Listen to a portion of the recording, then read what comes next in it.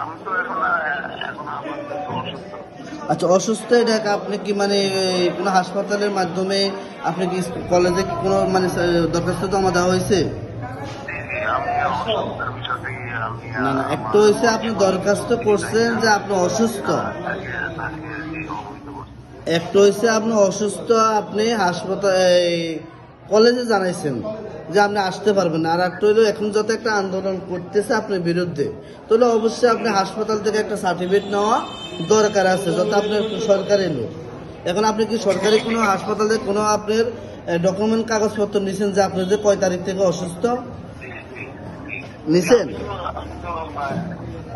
তখন এটা তো যখন সুস্থ হবো তখন তাহলে বিষয়। আমি তো হঠাৎ অসুস্থ হয়েছে, আমি নিজে এমনি ব্যক্তিগতভাবে অসুস্থ না, এখন তো যাতে আপনি জানছেন আপনার বিরুদ্ধে একটা সমস্যা হচ্ছে, তাহলে অবশ্যই আপনি যত বলছেন যে আপনি অসুস্থ, তাহলে আপনি এখন সরকারি ব্যক্তি, এখন মানে মাস্টার, এখন তাহলে আপনি তো অবশ্যই সরকারি একটা হাসপাতাল থেকে আপনার একটা মানে ডকুমেন্ট নেওয়া তো প্রয়োজন ছিল কয় তারিখে আপনি অসুস্থ হয়েছেন, আপনার সমস্যা কি, তাহলে ওইটার উপরে তো আপনাকে একটা দরখাস্ত সরকারি হাসপাতাল থেকে দিবে। না। এখন সেটা ধরুন আমি যখন সুস্থ হবো তখন আমার যে চিকিৎসার যে বিষয় আছে তখন এটা উপস্থাপনের বিষয় আর কি। এখন অসুস্থ হওয়ার সাথে সাথে আমি ওই এখন যিনি দায়িত্বে আছেন অধ্যক্ষ বরাবর একটা অবহিত দিয়ে দিচ্ছি যে আমি অসুস্থ। টোটালি এখন আপনার এই যে আজকে যে বিষয়টা, এই বিষয়ের উপর সর্বশেষ আপনার বক্তব্য কি? সর্বশেষ স্যার, আপনার সর্বশেষ এই বিষয়ের উপরে আপনার বক্তব্য কি? এই বিষয়ের উপর বক্তব্য আমার একটাই যে আইনের ঊর্ধ্বে কেউ না।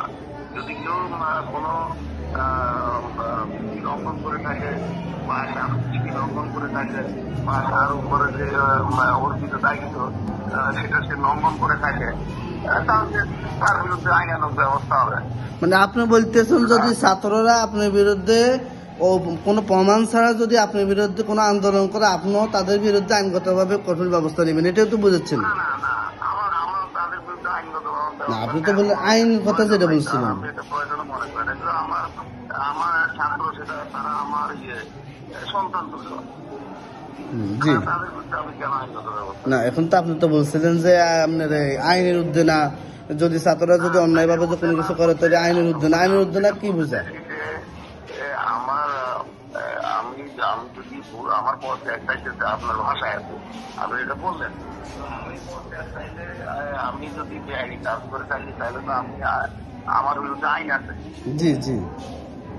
তো সেই আইন অনুসারে আমার বিরুদ্ধে যদি কর্তৃপক্ষ ব্যবস্থা নেয় আমি ডিপেন্ড করবো, আমি সেটা খণ্ডন করার চেষ্টা করবো। যদি আমি খণ্ডন করতে না পারি, আমার বিরুদ্ধে যদি অভিযোগ প্রমাণিত হয় তাহলে তো আমি আইনের মধ্যে নিয়ে আমার বিরুদ্ধে ব্যবস্থা নিই। জি স্যার, এখন আপনি স্যার কবে আসতেছেন? মানে এখন যত একটা সমস্যা হচ্ছে, এখন আপনি কবে আসতেছেন?